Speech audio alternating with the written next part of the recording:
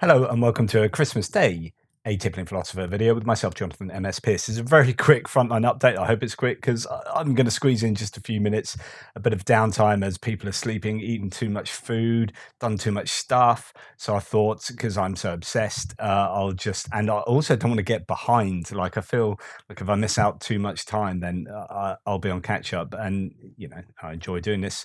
For some strange reason, as I've told you before, I'm obsessed. Who knows why and how?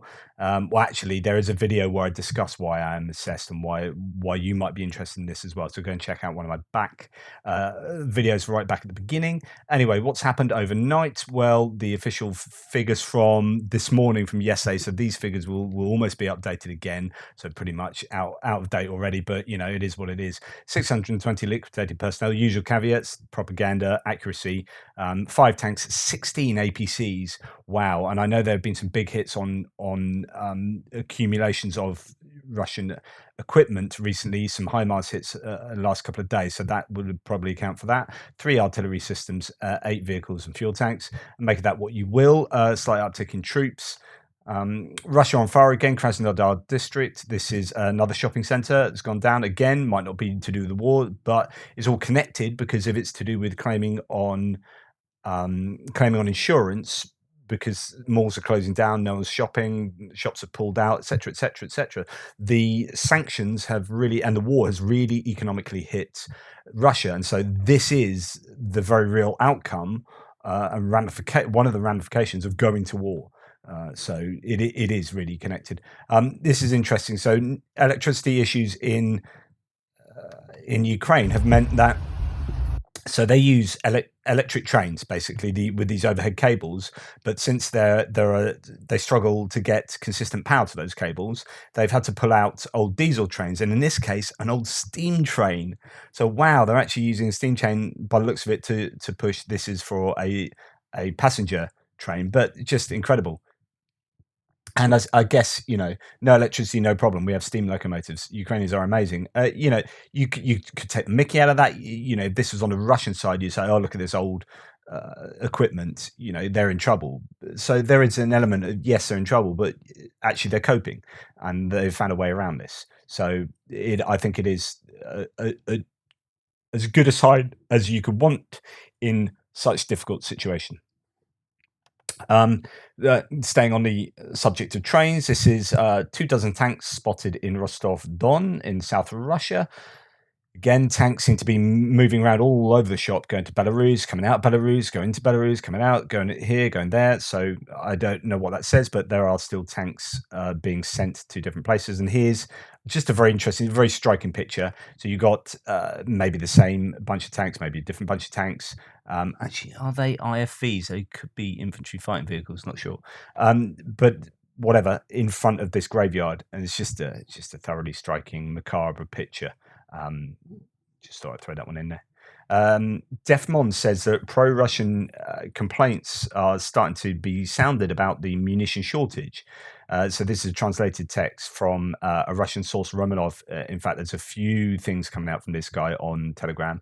In addition, some decisions of high military officials to store ammunition for artillery at a distance from the units operating on the front line, but always in one place and within the reach of enemy drones and multiple launch rocket systems, also led to the loss of significant part of Soviet stocks. Currently, there are reports that the units are receiving 152 mil shells made in 2022, the quality of which raises questions due to the large number of defects in comparison to the old batches. So they're rushing through manufacture of shells that are poorer quality, and this appears to be, and the fact that they are using more recent shells means that they are running low on older stocks. At the same time, gunners grumble about their shortage. However, the artillerymen, as the frontline officers themselves say, loves to shoot a lot at the enemy. It enters into such a rage. This is especially good when low precision ammunition is allowed to spend up to 300 shells to destroy one enemy tank. Obviously, the translation is a bit dodgy here. At a great distance. Now we will be corrected and clarified, but we try to convey the meaning of the words of frontline officers. Not really quite sure what that means, other than they seem to be quite an angry lot. But this indicates that there could well be a shortage of ammunition, which is what all the intelligence services of the West and Ukraine themselves have been saying for some time. I don't know. Oh, that was supposed to be something else. What was that? No, that was a wrong link. Don't know where it's gone. Apologies for that. And if we now look towards the front lines, let's have a little look to see what Institute for the Study of War. Again, this is last night's summary, so there will be another one out pretty soon. But one of the interesting things is that in the north, so we go to our front line, which is northeast. Sorry, I'm rushing through today. Kupiansk, Svatova, Kremna, and we're actually going to start up in this northern area around Kupiansk. So if we go to my map, we'll see that in that northern area we've got Dvorichna and Liman Pershi. So just here. Now Liman Pershi, people are saying at the moment, Defmon is saying that is he's seeing that as contested. There seems to be fights going on there, but the Russian military bloggers are saying this has now become positional, and the Russians have now transitioned because they were putting pressure on up here. The Russians, they've transitioned to positional, which means really they've transitioned to a defensive posture. And we can see that Defmon says the Ukrainians repulsed an attack around Liman Pershi. I consider this town contested. Russians continue to block the Ukrainian expansion of the Kupiansk bridgehead. This most likely limits their logistical capabilities in this area. And it's difficult to see what he means by there. Is that the capabilities of the Russians or the Ukrainians? But certainly I see this as the Russians doing counterattacks around here, trying to fix troops and stop any expansion of the Ukrainians. They've successfully done that. However, as the Ukrainians have poured more resources into this area, it seems like the Russians are being pushed into a defensive stance.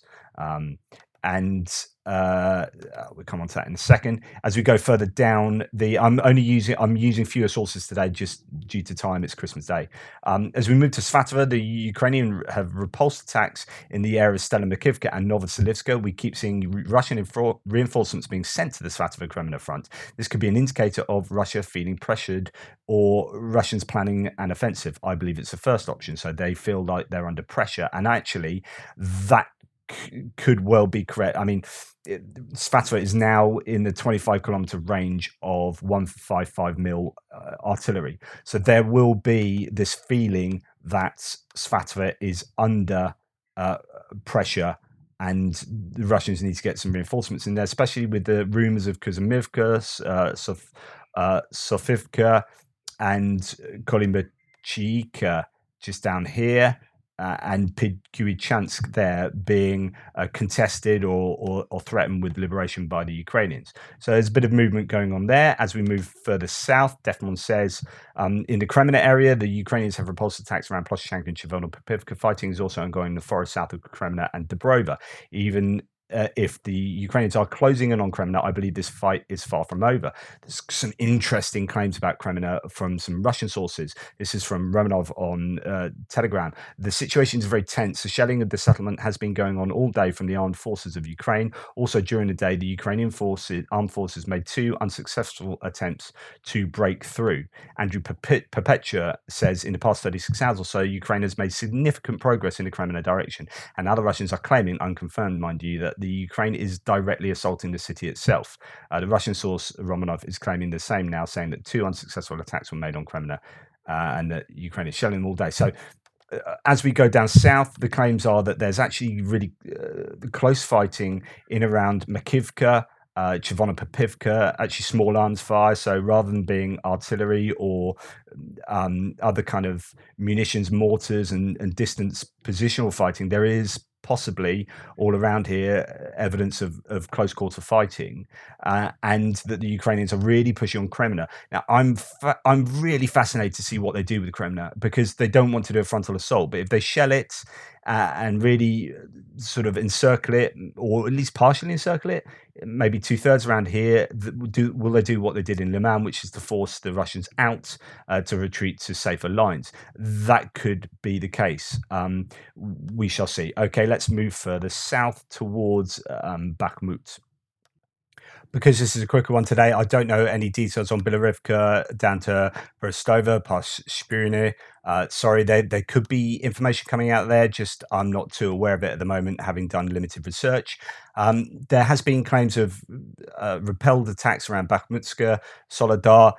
The Russians claim to have had, and I'll indicate this a little bit on a map just to show what the Russians claim of their own lines, but they claim that they have made some gains into some important sort of fortifications or positions, foothold in the sort of south of Pirorodne. I think this comes from ISW. A Russian mail blogger claimed there is also fierce fighting northeast of Bakhmut near Pirorodne, where Russian forces reportedly captured stronghold positions in the southern outskirts of the settlement. So that would look something like that, but I'd need a bit more evidence on that to be 100% sure with my markings there. But wouldn't surprise me. They have been trying to pressure there, where it seems that they're losing on the eastern outskirts. However, certain pro-Russian sources seem to indicate that it's not quite like that. This is Syriac maps that says situation south of Bakhmut city. The Russian army and DPR forces expanded the buffer zone around Andrivka, taking control of the railway section close to the official ponds, and began advancing towards Klishchivka from this town. Now, I'm going to talk about that in a second, because that Andrivka, some people are confusing with Avdivka. Some pro-Russian bot on my threads today was saying, "Oh God, you don't know what you're talking about. Avdivka's fallen." Avdivka's a much bigger town to the south of here that you could never fall in one day. It just couldn't happen. And he's talking about this tiny village, which I'll show you, which fell about 2 weeks ago. And the Russians are making a big deal of this sort of advance around there. But also, Syriac map says situation around Bakhmut city is the Russians and DPR. Interesting that's not Wagner, though, as well, took control over new positions in the forested area. On the other hand, the Ukrainian army are retaking positions in Opitny. 35% of the suburb was recaptured. Now, most Ukrainian sources are saying all of Opitny is cleared out now. This is the map that Syriac, so the pro-Russian map, saying this forested area still has the control of these eastern suburbs here. Slightly skewed this because I think north is pretty much like that. So it's not quite centered correctly as far as I could work out. But look, it still has the entire industrial area, the Siniat plant, the winery, and part of this forested area. And they say they've reclaimed some of this forested area, which they already had under their control anyway, according to their previous maps. And according to Syriac, the Russians still control the waste sorting plant, which is here. According to pretty much, so the map is actually, this is north-south now. The other map was sort of like that. All of this area, as far as I'm concerned, is still either contested or under Ukrainian control. The forested area up here I already had under Russian control. I'd seen no evidence of that changing hands, but I knew that there was fighting in the area. And I'm really interested as to what's actually happening south of the waste sorting plant and whether the Russians have been pushed back past the aggregates and past this rubbish tip.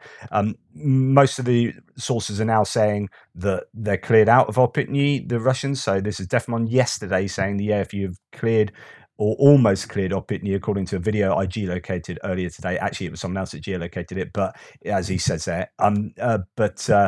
There you go. There is fighting towards Klishchivka. Some claims that maybe the eastern area of Klishchivka there's contesting there, but I don't know whether that's northeast, east, southeast, whatever. And the town of Andrivka is this tiny settlement that's not even it's not even named on Google Maps. But this is the one that's and this happens quite often, and I think for both sides actually, which is a place swaps hands, and you hear news about it. So I heard about this, like, I'm sure it's 2 weeks ago. It's been under Russian control on my map for 2 weeks, and then suddenly they'll do a song and dance about it and say, "Oh, we've got geolocation of definite control. Russians have got control of Andrivka, and then striking from Andrivka." It's like, yeah, but we knew that. That's not new. But anyway, there's a lot of talk about them striking from Andrivka and striking out, using that to make attacks, I would guess, towards Klishchivka, but that's would be nothing unusual or different from previously. But anyway, there's a lot of talk about the Russians in Andrivka, and then some people confusing that. And even I think Null Reports misreported Andrivka just as a typo, actually, not to say that Avdivka had fallen, but he just wrote Avdivka instead of Andrivka. And anyway, someone else now telling me, "Oh, you don't know what you're talking about because Avdivka's fallen." It's like, this entire city has not fallen in one day on Christmas Day. You don't know what you're talking about, Sunshine. Anyway, that's me just having a bit of a rant. So Bakhmut, this is Defmon, just going back to finish off at Bakhmut, the Ukrainians repulsed attacks around Yakovlivka, Bakhmutsk, Soledar, and Bakhmut. Russian forces have clearly lost momentum, and the initiative is slightly tipping over in the favour of the Ukrainians. I completely agree with that, actually, from what I'm seeing, although some of the Russian sources still sort of cling on to this idea that they're still fighting in the eastern suburbs and whatnot. So there you go. And then we move on to Avdiivka, just south of there. Let's find that on the map. Again, my sources are fewer than they normally would be. Just going to start in reverse from the ISW, who says that they are the Russian forces, or a Russian source has claimed, Russian Milblogger claimed that the 11th Regiment of the Donetsk People's Republic, DNR, People's Militia, conducted a reconnaissance and force operation in the direction of Pervomaisky and established a foothold on the outskirts of the settlement. So this is kind of going back to where we were like a month ago. And we've subsequently had the Russians push back from Pervum. We had that big tank battle I showed you that was in Pervomaisky around here, and then we had them gradually losing ground and then fighting going on around Pisky being shelled by the Ukrainians, and it could be the reconnaissance force has got a foothold in towards Pervomaisky, but this is kind of one long settlement that goes Pisky to Pervomaisky, so that could just be here. You know, it couldn't be, it might not be anywhere up here. It could just mean that they've got a foothold, 20 meters further than they had yesterday or whatever. And then as we move further down south to Mariinka, so yeah, just repelled attacks all around Avdiivka. As we move to Mariinka, the ISW says Russian mill bloggers claim that Russian forces are advancing further into Mariinka, but that Ukrainian forces are still entrenched in some positions in the center of the settlement. A Russian mill blogger claimed that Ukrainian forces have been accumulating their forces on the western outskirts of Mariinka due to rapid deterioration of the tactical situation in the settlement and extensive losses. I imagine there are extensive losses, and there are probably extensive losses on both sides. It's a meat grinder in Mariinka for sure. But there you go. So that's that. Other than that, no particular territorial changes. It's difficult. There have been claims from either side about who's gained what in the center of Mariinka. I'd say it's just really hardcore contested at the moment, as ever. Right, let's move further down south. So as you can see, the ISW says basically no confirmed ground attacks on the southern axis. So what this is saying is basically nothing going on, at least in any meaningful way, all along this axis. Yesterday, there was big news in Kherson that Kherson was hit, the city itself, with, sorry, I'm moving quite quickly here, but just to let you know, on the map, we come down south here, we're moving across the Zaporizhia line, and then coming down to Kherson city, in the Kherson Oblast here. So that's where we are. And there was a big grad attack, multiple launch rocket system attack on Kherson. 10 people died at least, 55 injured. I mean, we had rockets landing in the center in like the commercial center, people out shopping for Christmas and whatnot, and that was hit. And it terrible scenes apparently. And again, arguably, well, not even arguably, war crime. They're bombing a city center where people are trying to do Christmas. As a war crime, there you go. Russia, yeah, not good. Don't know what else to add to that. And just a couple of things on Kherson. Russian base hit in the Kherson region. Ukraine's general staff says it struck the invaders' local HQ at Zabaranye on the Dnipro embankment, about 20 kilometers west of Holopristan. 70 injured, deaths unknown. And in fact, this is another report on that from Defmon. And just to let you know, that is where it is there. So you've got Kherson City, you've got the River Delta coming out here, it's just south there. And that was hit in accumulation or some HQ, quite a big hit. And then actually, if we go just to finish, because that's about all I've got for today, just to give you a couple of, this is just from Tim White, who's I've interviewed a couple of times on my channel. Please go and check those lives out. They're really, really interesting. Hopefully going to talk to him again early in the new year. Just a few bits of news from today, just because he sums up a few. A new Russian drone, or a drone that they've never seen before, was shot down by the Ukrainians. So that's interesting. There's another couple of things there. That was the shopping center of Krasnodar burning up. Fighting continues in Bakhmut. Footage of that. That wasn't what I was going to show you. Let me find it. Oh yeah, shells.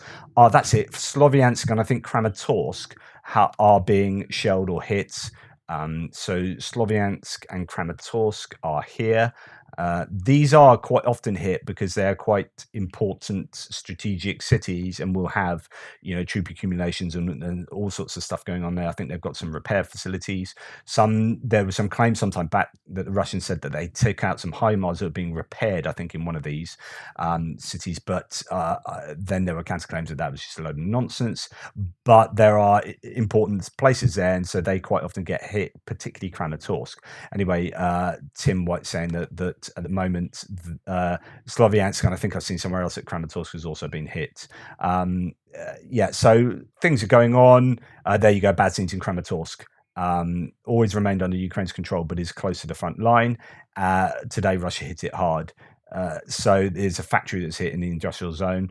Thought that there are no victims, but who knows what that factory was doing. It could well have been important for the Ukrainians, or not. It could just be the circle error probable, meaning that being quite poor for the Russians, meaning that they're not very accurate and they've hit something they weren't intending to hit. Two more things. One, it's reported an aircraft has caught fire in Russia. A Russian aircraft has caught fire in Belarus. So that might be something to look out for. And it almost looks beautiful. It almost looks like a Christmas scene, but this is horrible incendiary devices, munitions being used in Mariinka. And each one of those falling down, there's nothing you can do about it unless you're in a building. Basically, that lands on you, you're gone. It's just horrible, really horrible stuff, and there's a lot of it in Mariinka. And often, as you see, we'll hit something that's flammable and will start burning big time, or just landing on the ground and burning off its own fuel. Just horrible stuff. Anyway, that's happening in Mariinka at the moment. There you go. Anyway, I hope this was of use. Thanks for supporting the channel again. Merry Christmas. Thanks for indulging me in my obsession here, and yours, of course. We're in this together. But that it's somewhat quieter. And I talked about maybe this being Christmas, and then someone, a Russian bot, calling me out and saying, "Well, don't you know that they celebrate Christmas on the 7th of January? It's a Gregorian calendar difference, and blah blah blah." And I was like, "Yeah, but." That sounds really pro-Russian, because you do realize that's the Russian Orthodox Church, and there's a schism between the Ukrainians and the Russians. And in fact, in 2017, the Ukrainians declared that they were going to celebrate Christmas on the 24th and 25th to kind of align it with other churches and to represent, I suppose, a step away from being under Russian control. And I think Euromaidan Press wrote an article back on that in 2017, but they've just written a whole bunch of new stuff on it, talking about how that it's growing in popularity to celebrate Christmas on the 25th, and that could be why we've seen less activity going on in the last day or so. I mean, it would be understandable. No need to ridicule me because you're a pro-Russian bot, though. Just whatever. Anyway, take it easy. Thanks again, Toodle Pips, and I will speak to you tomorrow.